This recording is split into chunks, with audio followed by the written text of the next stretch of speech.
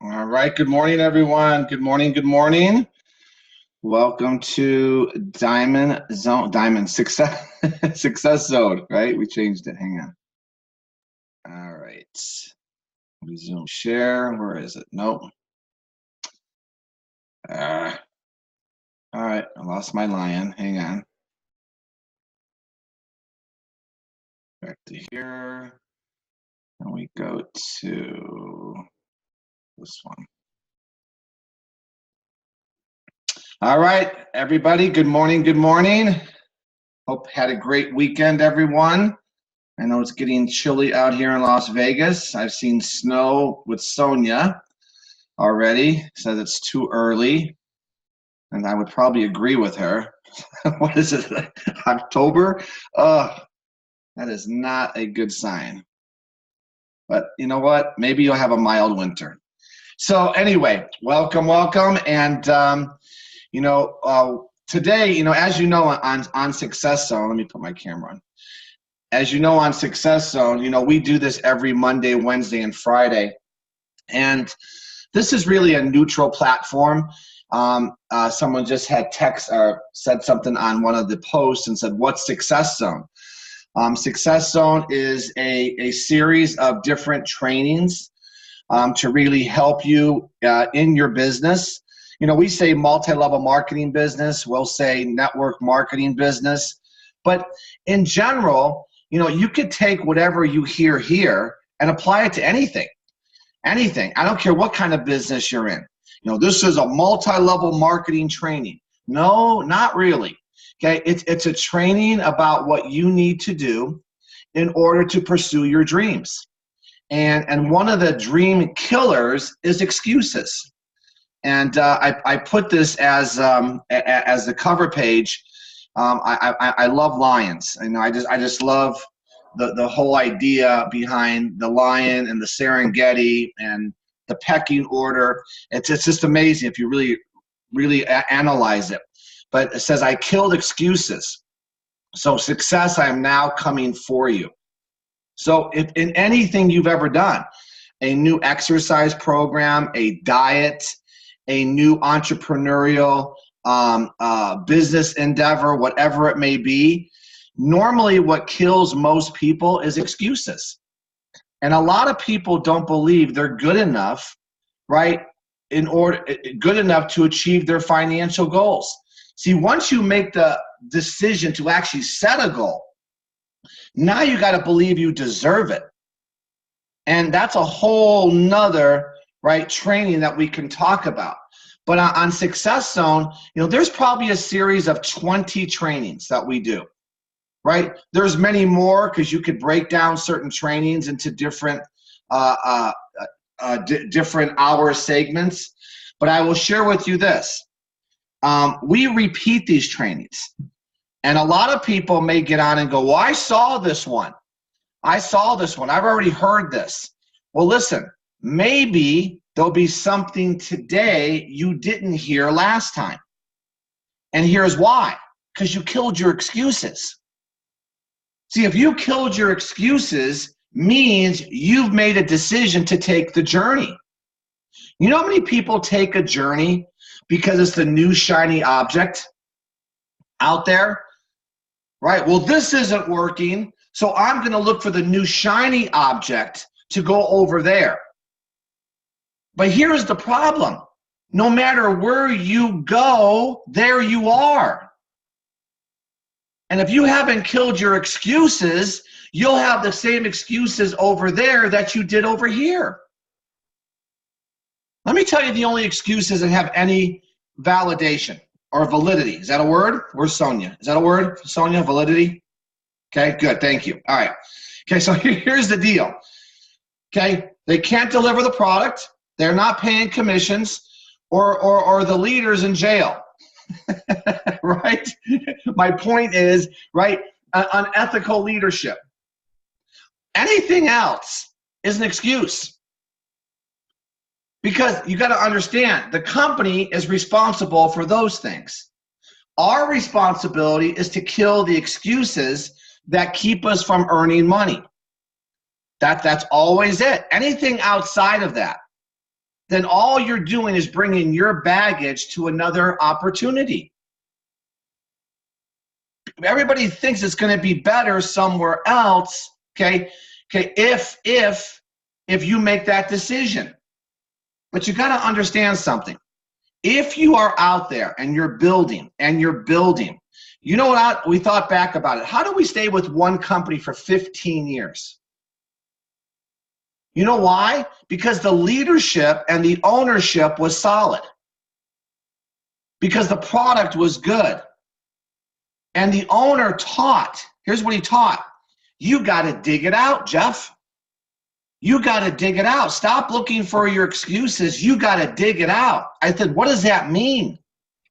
He says, listen, as you move forward into your journey, you're going to have to address things you've never addressed before within yourself. And he walked me through those phases. That's how we were able to stay there 15 years. Do you know when I have conversations with people and I tell them my journey, they said, what? You were with the company how long? 15 years? I said, yes. It's unheard of. See, everybody's good enough to go from one company to maybe another company and bring a whole new group of people. You know what they're not good at? Digging it out. Because when the going gets tough, guess what happens? Oh my gosh, I got to look for something easier. See, if you just make the decision, a journey to get wealthy will never be easy. You already are halfway there. I'm looking for the easy money. I need to make money now. Great. Do you have an immediate income component? Okay, great. That should give you enough money now. But you got to understand your long-term vision is going to require some heavy lifting. It won't be easy. In fact, you know what I was told early on? Jeff, this would be the hardest thing you ever do. I said, wow, that's a good welcoming. Okay, because he wanted to set the stage.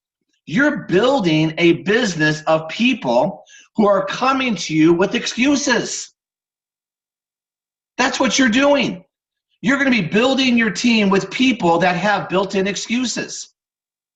And what you have to do is you got to get them on the right path and make sure they correct all the pitfalls that may derail them as they take their journey towards financial independence.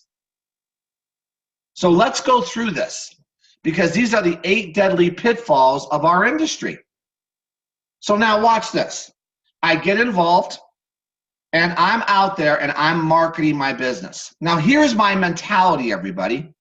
My mentality is everybody that I come in contact with, I believe, has unlimited potential they have not tapped into yet. Now let me ask you all a question. Don't you buy into that? That if someone doesn't challenge themselves, they have unlimited potential. I believe most people have no idea what they can do with a vision and a plan. So we got to get them to believe within themselves they have potential to do whatever they want to do. But what separates?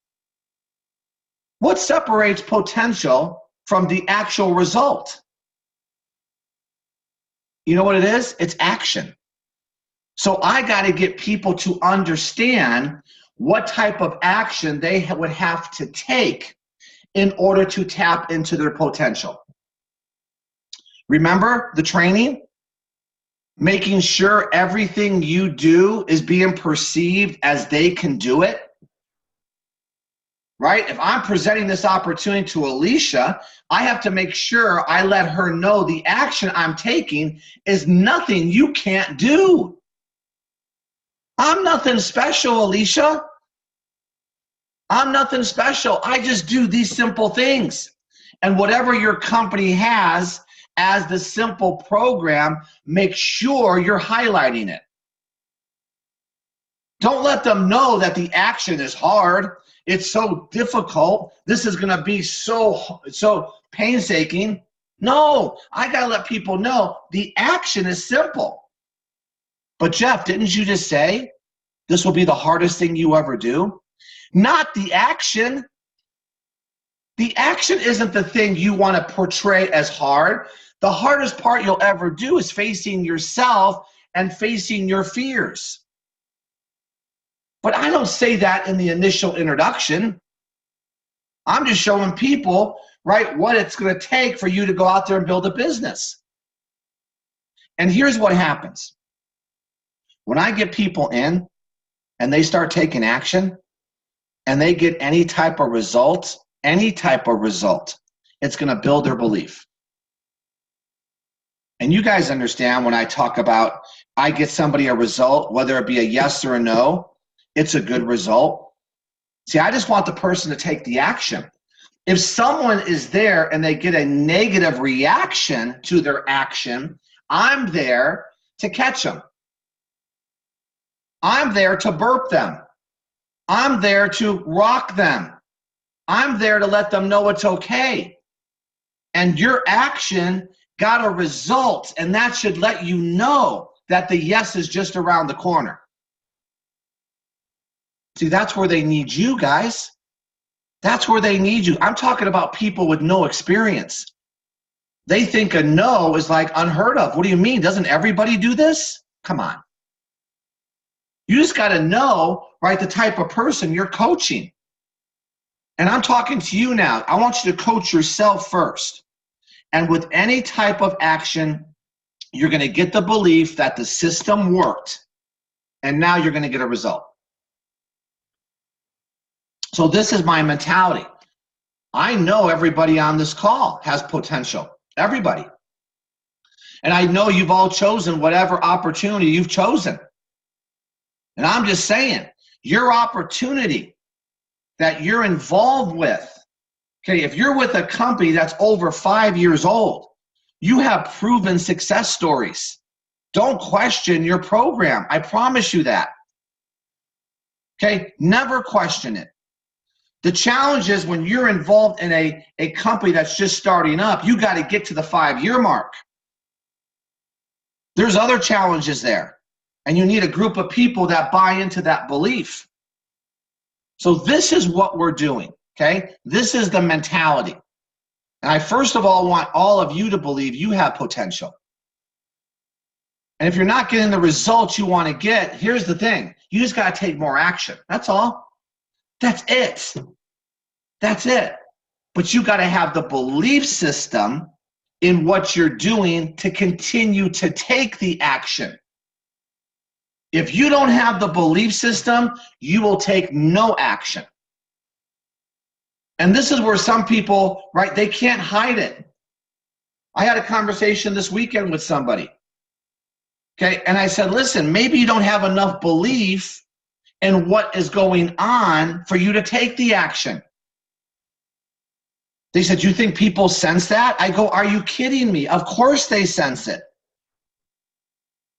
We're like we're like dogs, all of us. We could smell fear. Right? Don't you know when you talk to somebody if they really believe in what they're saying? I know I can. That's all I want to do. I want to just get in conversations with people. So I'm getting off track here because I could go on and on that. Okay? So let's talk about the number one pitfall. Okay? The number one pitfall in our industry is somebody who gets involved, and maybe it's the sponsor's fault. Okay, maybe it's because they've had some experience. Maybe it's because they don't have enough belief. Maybe it's their ego. Okay, but here's the thing. You're going to catch all kinds of fish. And the number one pitfall that most people will fall into is trying to reinvent the wheel. Listen, doesn't every company out there that's established have a system they teach? That's multi-level marketing. That's called franchising. Every franchise has their wheel.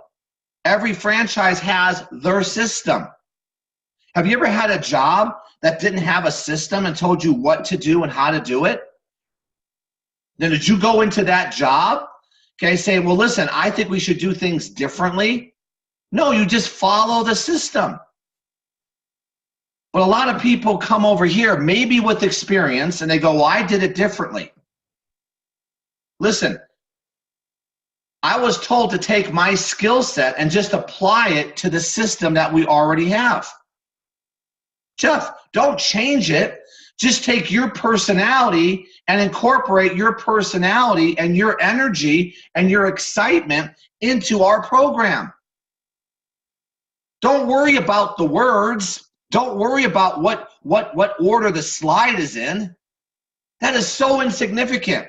Do you think the slide should be number 2 or number 8? Listen, I don't care where you put it, as long as it's in there. And just make sure wherever it lands, we teach it. Why? Now people are thinking about stuff that earns them no money. You know what I call that, everybody? Listen, and some of you need to hear this. It's called majoring in the minors. I'm majoring in the minors. I'm worried about the word and the slide versus really the end result. Well, Jeff, the word and the slide will get me to the end result. No, it won't. You're reinventing the wheel. Now, obviously, as you put together whatever you're putting together, if it's a new company, right, you just got to make sure what you're putting together, everybody's going to buy into. Otherwise, guess what happens? You have a group of people reinventing the wheel. And I'll tell you what that leads to, okay?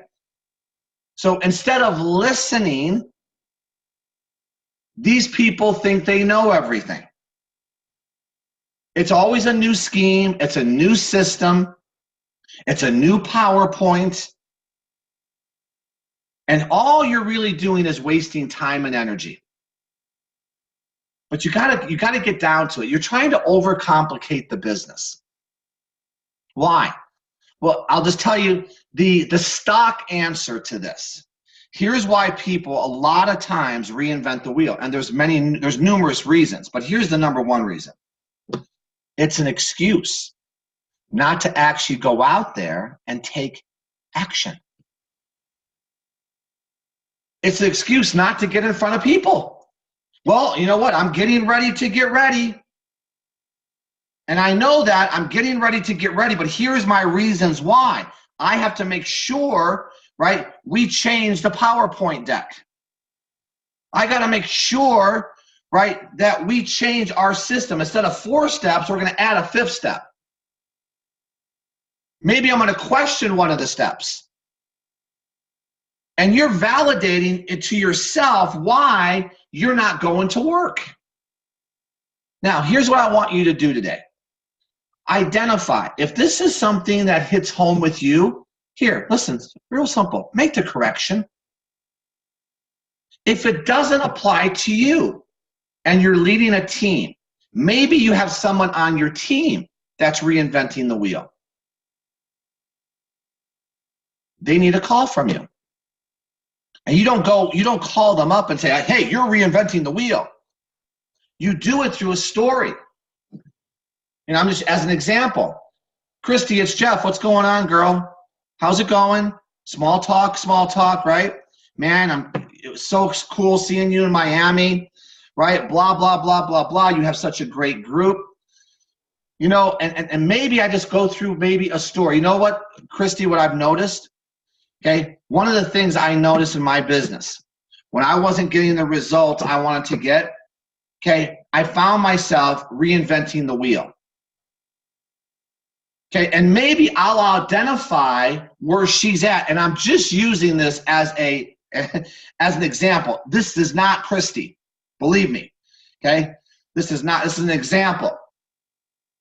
And one of the things I did, I sat there, and instead of going out there and doing the necessary things, you know what I used to do, Christy? I used to try to make our 4-step program a 5-step program. And I was questioning step 3 of our program. This is true now. I was questioning step 3 of our program, which was sampling.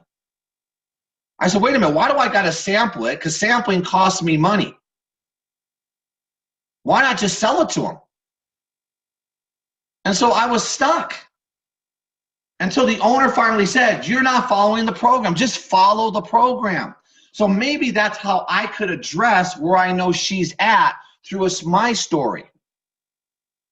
Does that make sense, everybody? So remember, you're a coach. Not only are you coaching yourself, but as you grow a team, you're trying to identify what could maybe you give input to that can help them take the next step. But I also know this, unless Christy wants to hear it, Christy's not listening. Remember me? I didn't listen for 2 years. No matter how many times they told me, no matter how many times they sent a message to me. Thank God I hung out for 2 years. But it's not like they didn't try. So I just want you to understand. Identify you. If not, be honest with yourself. Then you got to identify your team. So number one, if you are in this pitfall, it's usually an excuse not to make a phone call, not to make your list, not to do your grand opening event, not to have your launch webinar. Because that really puts you out there, doesn't it? When you finally wave the flag and say, I'm really doing this, you are really now opening yourself up for what? Ridicule, right? And all the dream stealers. But if you're always reinventing the wheel, you never really have to come out and let people know you're doing, oh my gosh, ready? Network marketing. Number two, inconsistency. I kind of addressed this in the opening, right? I could go from one company to the next, and I could probably make the highest ranking. I could for sure make a rank that I know is going to be recognized, where they're going to go, wow, a new guy just came into our business. Man, this couple really hit it out of the ballpark their first 30 days.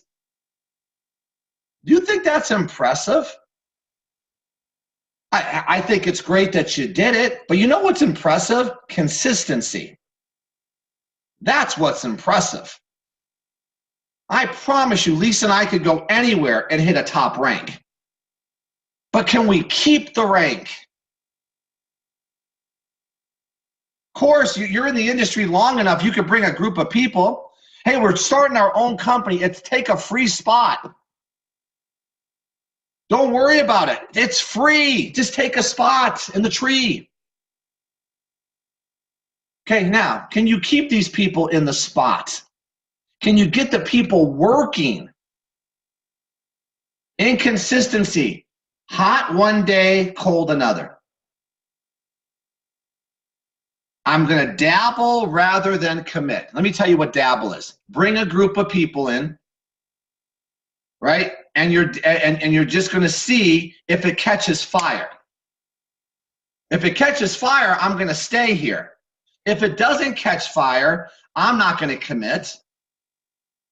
How about having the mentality, you got to create the fire.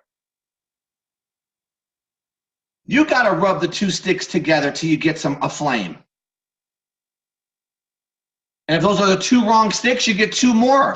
You have no choice. You got to build a fire. It's snowing outside. I'm freezing. No, I'd rather dabble. And then I'll go somewhere else and dabble. And wherever you go, you just keep dabbling. There's no consistency. There's no plan. I hope someone that I brought over with this free spot catches fire. If I could get one person on my left and one person on my right to catch fire, man, I'm on easy money. Is this ringing a bell for some of you? Maybe it should. Okay? Excited one day, 1 week, 1 month. I could go anywhere and be excited for a day. But if I go somewhere, I'm here to do it regardless of what comes my way, providing those three things are in place that we talked about. 1 day, 1 week, 1 month. No consistent schedule or plan. This is what inconsistency is. because they're not in it to build it. They're in it just to see if it catches fire. And then if it does catch fire, they'll stay in long enough. But you know what? If you don't have someone in your organization just as committed as you, or here's the problem. Ready for this one? Maybe they are just as committed as you.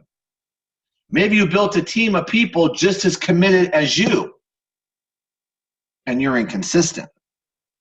You see what you tend to duplicate? That's what happens. But if the leader is consistent and they teach these principles, you better your chances to find people because you're the one leading them. Think about the message you send to your group and people that are watching. You know how crazy I get if I'm 1 minute late? You guys know that about me. If I'm not talking at the time we're supposed to be talking, it makes me nuts. I remember when we first came over here, right? This meeting was started at 8. They go, oh, don't worry, 8:15, 8:30, don't worry. I go, no, not if you want me leading. No, 8 o'clock, you close that door. We have a core group. I locked them out once. They all flipped out. You can't lock people out? Well, yeah, I kind of can. I promise you they won't be late next time. And guess what? Full house the next time. And if someone did get locked out, they got locked out. And then my phone would blow up. Please let me in. No, you're disrespecting. I'm sending a message. I'm consistent. Are you? See, sometimes you got to have the tough conversations and give them tough love. You just don't care, Jeff. Oh, no, I do care. You got this all wrong, dude. If I didn't care, I wouldn't care when you came in. You got to put your big boy pants on if you want to be part of this. This might be, we might have to turn up the heat a little bit. It might burn. And no, you're not going to get a trophy because you're just participating. No, not here. This is called business. You got to set that precedence. And here's what you want, guys. You don't need a lot of consistent people. That's the beautiful part of this. But it has to start with you. If it starts with me and Lisa, we better our chances to build a consistent group. But I'm going to tell you something.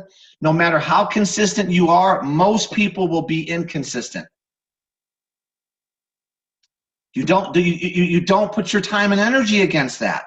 This is how you try to figure out, what you got. So, how do you start to breed consistency? Well, when you sit down with a person, you let them know this is a business. And I'm not going to train on this today. This is a whole nother training. But if I'm launching a brand new person, if I'm launching, Sonia, okay, I got to sit down with Sonia. I got to find out what I got. What did I catch here with Sonia? And I got to find out what she wants. I got to find out if she's working full time. What is your level of commitment, Sonia? Example, let's say Sonia has 4 kids and they're all under the age of 8. And she's working full time and she needs to make extra money. Okay, what could I expect from you, Sonia, with 4 kids and working full time? What's your commitment? Well, Jeff, I got to sacrifice something. Yes. Okay, so what is that? Well, I can give you this day, and this day for these amount of hours. Okay. At least I know the shot. I'm not going to demand full-time hours from someone who doesn't have full-time effort. Does that make sense? So, okay, Sonia, let's clear your calendar during the time you just told me. Key, you just told me. I didn't tell her. And we're going to sacrifice this time for 2 weeks. And we're going to negotiate with your family. We're going to let them know that you're going to be committed. We're going to eliminate during the times you told me all distractions, which means your 4 kids. There's my son. Hang on.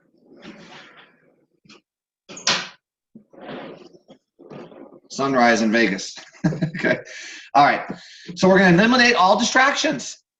So during this time, Sonia, that you told me we're eliminating these 4 kids. That sounds awful, doesn't it? We're going to eliminate your 4 kids, which means get them covered. Get them covered. If you have an existing group, in this example, it's not part of this. If you have an existing group and you're relaunching, okay, you let them know the same thing. I'm going to be busy for these 2 weeks. We got to get a fresh list of prospects. If Sonia's brand new, your first list of prospects, and we're going to start sharpening your inviting skills. What am I preparing Sonia for? Being consistent. I'm going to be launching Sonia's new business.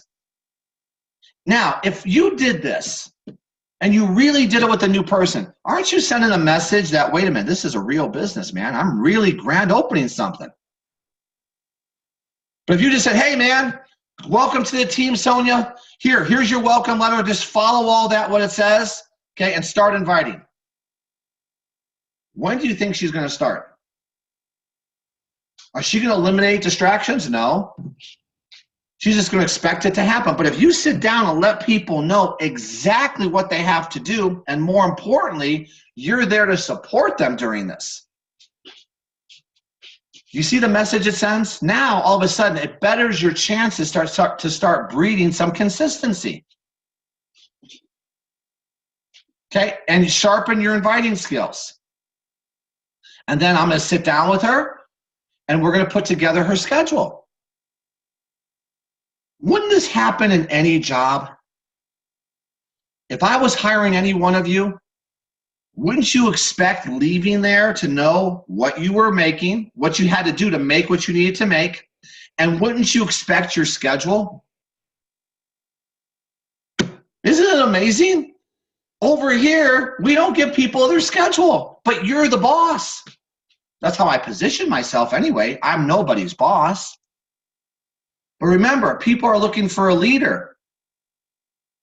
So I'm just going to put together exactly, here's the only difference. Sonia gets to determine her schedule. But I'm going to ask her what it is. So she can't just say to me, well, Jeff, whenever I fit it in, I fit it in. If she did say that, okay, then I know I can't hold her accountable. I could just try to get her to do something when she says she's going to do it. I'm just saying, if you do this, you for sure will walk out of there, of that meeting, knowing what you got. And if Sonia is not the person that puts together her schedule, whatever, do I treat her differently? Do I give her a refund? No. I just want to get her doing something then, whatever she will commit to. But you'll see what happens. People want a schedule, guys. People want to be told what to do. They really do. They don't want to think. And sometimes we bring people in and we let them think too much. McDonald's does not let you think. And I know I keep using that analogy, but they don't. You don't think there. They've already thought about it. This is what you have to do. Same thing. Number 3. So once again, let's go back. Okay. Are you or anybody you know here? If you are, I just showed you how to correct it. Right? Put together your campaign. Put together your commitment. Put together your schedule. If it's not you and you know somebody in your group, maybe you sit down with them and you do something like this. Okay? Hey, Christy, it's Jeff. Small talk, small talk, small talk, right? Christy, let me tell you, okay, I know you've been involved for X amount of time, and let me ask you, Christy, are you getting the results you want to get? No, not really, Jeff. You know, it's hot and cold. You know what we're all going through. Yeah, I kind of do. But you know one of the things that I learned, Christy? Okay, here's what I learned. Until I had a schedule, until I had a plan, nothing really ever happened. So if you're open to this, Chris, I'd like to tell you what was a big difference for me. And I'll just go through it. See, I've already identified, I know where she's at. And I'm going to test the water to see if she's open for my critique or maybe a little tip. And that's how I will address it with somebody I know without a doubt has no plan. Nicey nice. I'm telling you, people love these calls, by the way. People love these calls. People like to be acknowledged, whether it be a good acknowledgement or get this one, or even bad acknowledgement. They just like acknowledgement. You got to understand people. It's the truth. Number 3, take rejection personally. You know, she'll probably hang up going, wow, I just got beat up by Jeff. Oh, I'm so excited. He just ruined me. He just told me I'm doing everything wrong. Man, I'm just so excited. I'm telling you. Why? She got acknowledgement. You got to acknowledge your people. Take rejection personally. If you fall into this one, it will emotionally cripple you. So what do you need to do? Well, if I'm a good sponsor, I got to let people know you will be rejected. Now, if you're somebody that's devastated by rejection, then you really need to hear this part of the training. A rejection is not a rejection of you or your opportunity. It's nothing to do with you. So if you're able to remove yourself from the rejection, how could it personally and emotionally cripple you? It can't, can it? Rejection will allow you to lose your nerve. More importantly, start to doubt yourself. It'll devastate you. It'll stop you in your tracks. Absolutely will. You know what people look at? You know what people think about when they make their list? If you could get them to even make a list, you know what they see? Rejection. That's what they see. They start to think who will and who won't. And they start to make the determination, all the people in their mind, they've created this now. They didn't say yes or no. They've created in their mind all the no's, and they don't make those calls. And the no's usually are the yeses, and the people you think will don't. So I want to make sure you understand, a no is not a no to you or to multi-level. See, they said they didn't want to do multi-level. That is not the truth. That is not the truth. It makes no difference. I'm telling you, if people believe they can make money somewhere, I got this text yesterday, from somebody. They said, you got to get into this, Jeff. You got to take your spot. I go, what is it? It's crowdfunding. No, it's not the one you guys are thinking about, okay? It's crowdfunding. I could see Christy and Sonia smiling, okay? It's crowdfunding. I go, what's that? They go, you have 3 choices, $29, $599, or $1,499. And you're buying a square. You're buying these squares in this pyramid. And when enough squares get filled out, you get a buyout of X amount of money.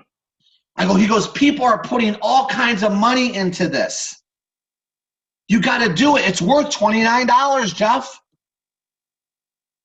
I couldn't even talk.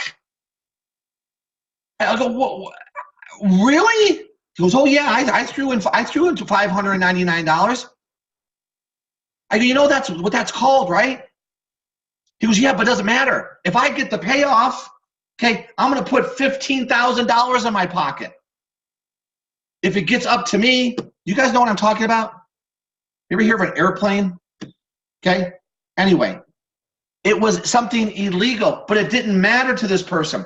And he says hundreds of people are doing it. Why am I even telling you this? Because if someone says to you, I would never do multi-level, they don't understand what they're even saying. Am I not teaching multi-level as a real business?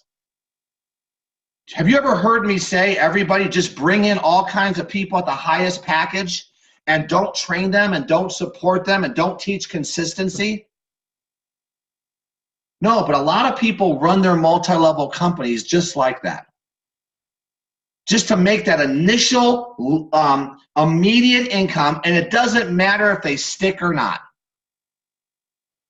They've never, ever, ever had the mentality to stay there to dig it out.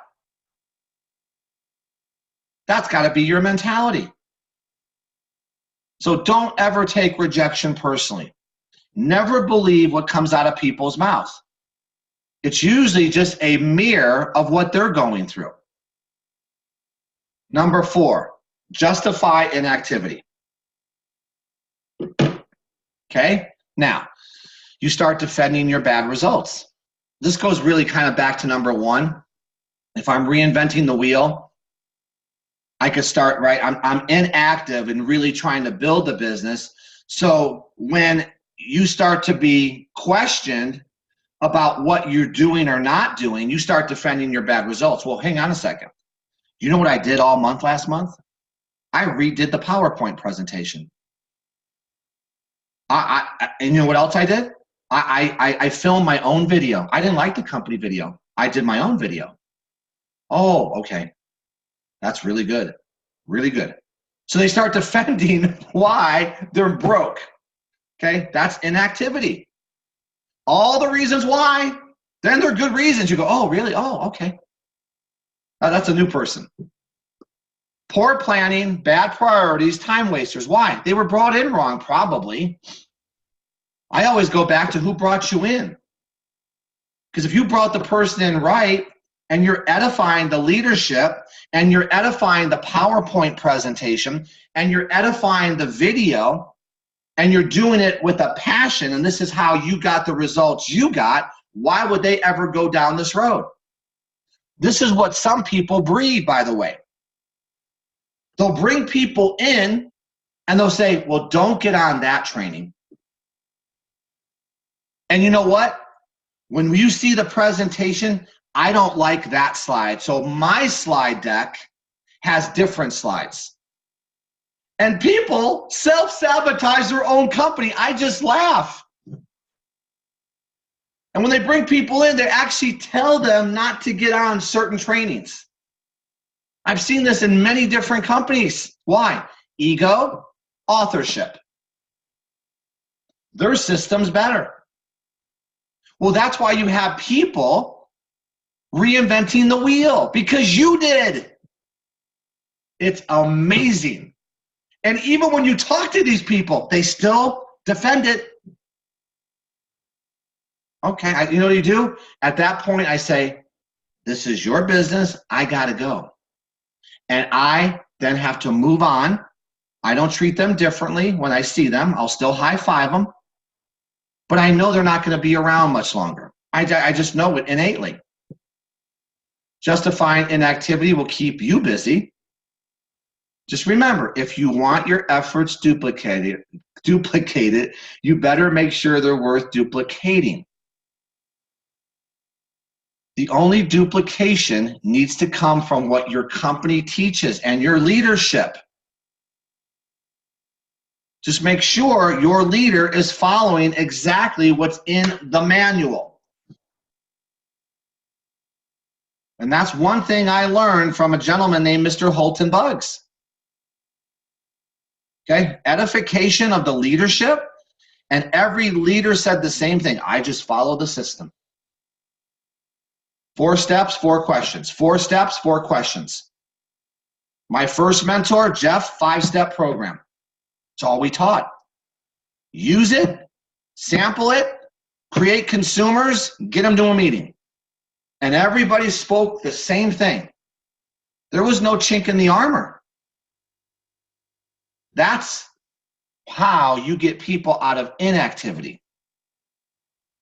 If you let them know what you're telling them to do works, it betters your chances to get them working the program. And these are the activities. Okay? Not going to spend a lot of time here, but these are the activities you got to get people committed to. Starting with their schedule, activity of accountability, giving them the product knowledge they need. Not what they want, the product knowledge they need. They don't have to become product experts. The mentality of building your team fast. Committing to the trainings of the company, including a good reading and listening library. Getting their mindset right. This is a business. Showing the plan. Edification of your leadership. When you need help, it's there. Who can you count on to get help from? Who's the upline? Do your people even know who the upline sponsors are? And promote the tools and events of the company. Those are the activities. Anything outside of this, right? Then they're reinventing the wheel. And then fill your funnel. An activity, right? So what's the activity you want them to do? Fill your funnel. We need people to talk to. We're grand opening your business. We're relaunching your business.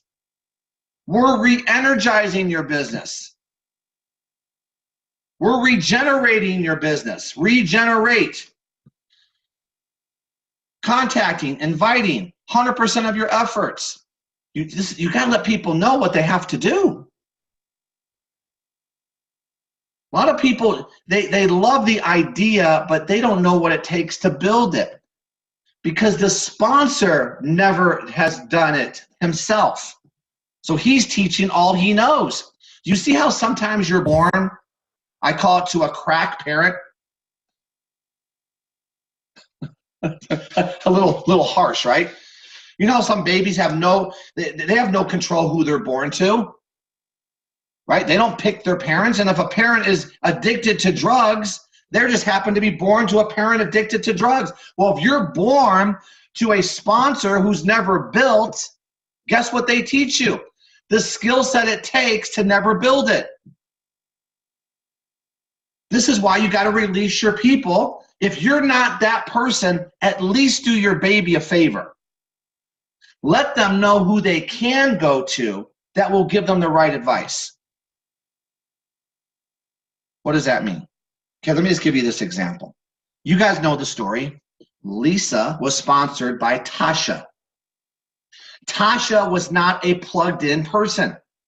She went to one meeting and brought Lisa. And then Tasha then never did it. She never pretended she was going to do it. She never tried to lead Lisa. You know what she said? Lisa, I'm not doing this.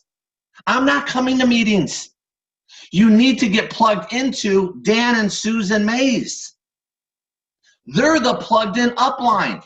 That's who I want you going to for your advice. She was smart enough to at least remove herself.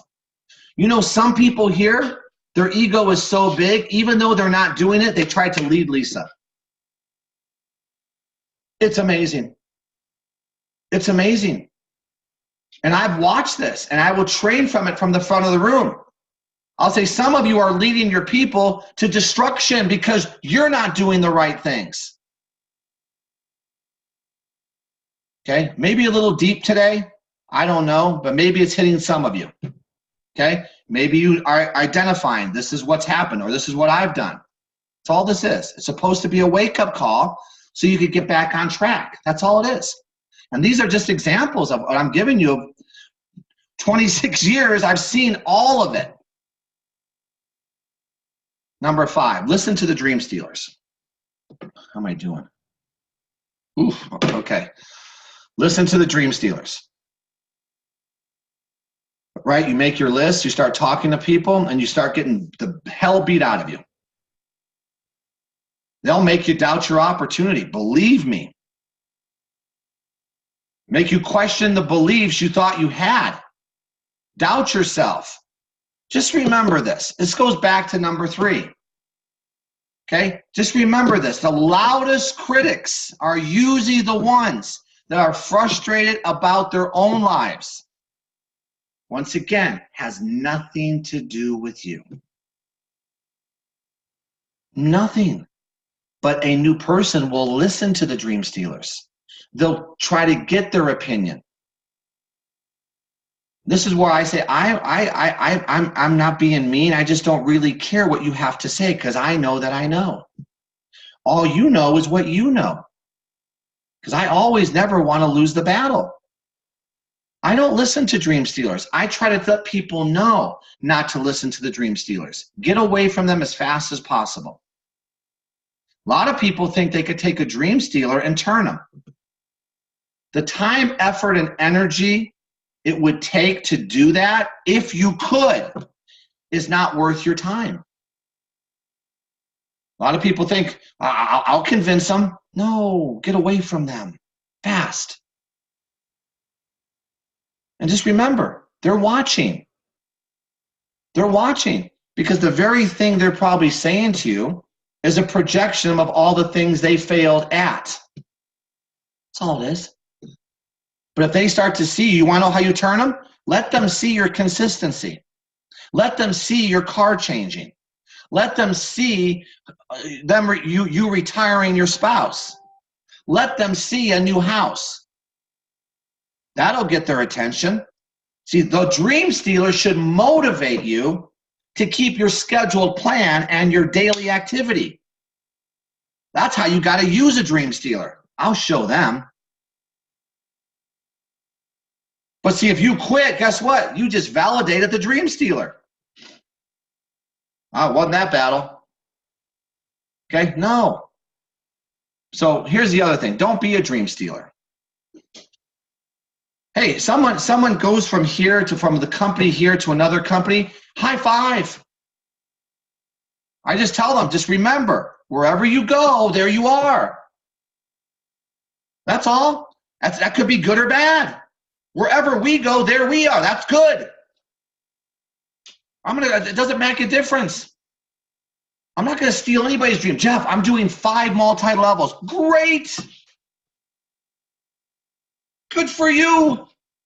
Love, love, love. But then when they do a training, here's what I'll train. If you try to chase 2 rabbits, you'll catch neither one. I'm not a dream stealer. I would never say, don't do 5. Now, if they ask my opinion, I would say to them, Jeff, what's your opinion? Well, I'll give you my opinion. Number 6. How can you be a dream stealer? How can someone get you to question your beliefs if you knew what you were offering? Here it is. Dun, da, da, da. Bum, bum, bum, bum. There it is. That's what you're offering. How can you ever be questioned? What do you mean it doesn't work? What do you mean that this is a scam? No. I'm offering people an opportunity to own their own business. I'm offering people a way to change their financial situation.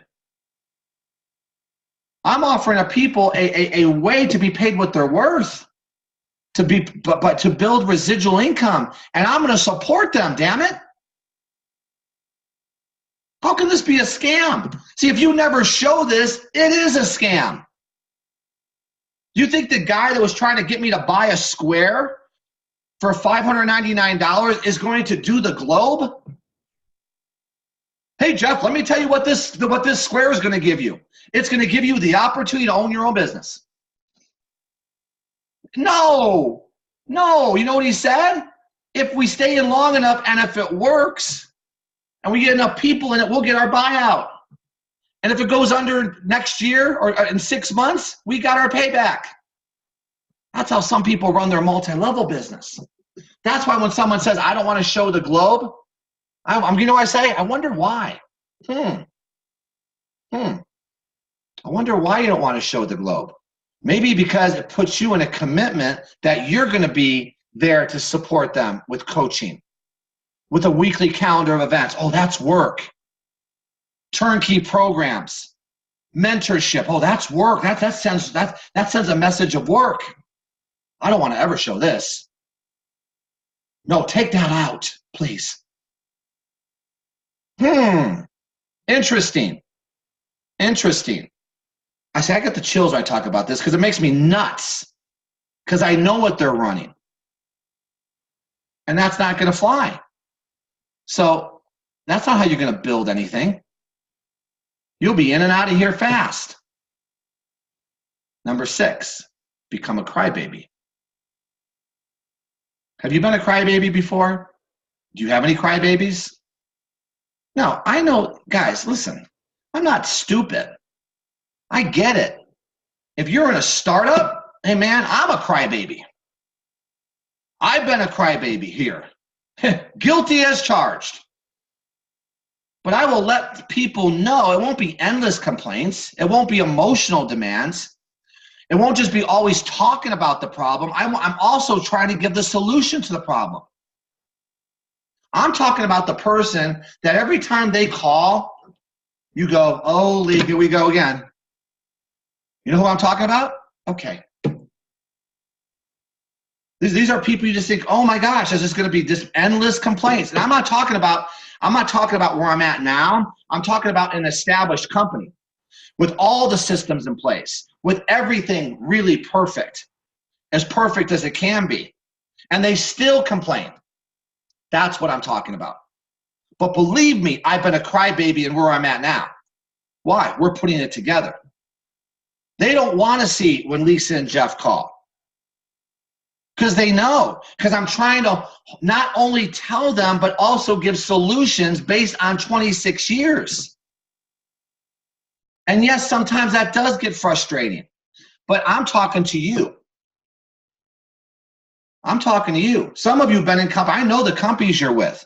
There's one person, and 2 people on this call that are with a company that's 35 years old. There shouldn't be emotional demands. There shouldn't be problems. That's an established company. The company Sonia came from, that's established. Right? And some of the other companies you've been with. Right, Sonia? Wasn't the company you've, 25 years? More? 10, 17. Okay, right? Did I do that right? Whatever. Anything over 5, you're good. Anything over 5. So I'm training both. Yes, I've been a crybaby, but, okay, we're establishing. Don't be, if you are going to stress a concern, let's just use it that way. Say, listen, here's my concern. Here is a great solution to this concern. Because now you just got to remember, is this person just someone reinventing the wheel? And they keep talking about this one slide, this one word in this one slide that has to be changed, otherwise he can't earn money. You got to move on from those people. That's all. Number 7, fearful of wrong things. What's the wrong things? Well, fear of failure is the wrong thing. Fear of change, fear of the unknown, fear of what others think. That's my biggest pet peeve. Some people always take that personally. I don't care what you think. You said you don't care what I think. No, I don't. I know what you think because I know where you are. And you are where you are because of what you think. You're broke. And I don't say that. But I'm firm on what I know works. You're arrogant. No, I know what works. Take that any way you want to. My heart is right. Fear of failure. How do you get people past that? You will fail. Let's just identify it. Failure is not a no. The only failure is reinventing the wheel. That's the failure. If you stay in any one of these pitfalls, that's the failure. Working the system is never a failure. Fear of change. Well, how do you get past that? Be there to support them. Okay, it makes you willing to settle for less. Guys, when you have a belief system and you know that you know, and other people start to know that you know, it's over. And they see a consistency within you, they'll follow you. Regardless. Because they know your heart's right. It's all I care about. It doesn't matter. Anything else besides that, that's all I care about. And then last but not least, and a lot of you, maybe some of you are even thinking about this. I would probably venture to guess, probably not, but I could spend a lot of time on this, but I won't because we're at our hour. Okay, premature full-time is the person that maybe gets off to a fast start because they brought a group of people, and all of a sudden they start to think, I got to quit my job. Listen, I always recommend that when your residual income, 3 months in a row, exceeds your full-time income and what you're spending 40 hours a week at, when that residual income 3 months in a row exceeds that, you should start to have the conversation about going full-time. Here's the best way here. If you have somebody established in your upline and you're even thinking about it, have that conversation first. Because I don't want people to be basing going full-time on their top month.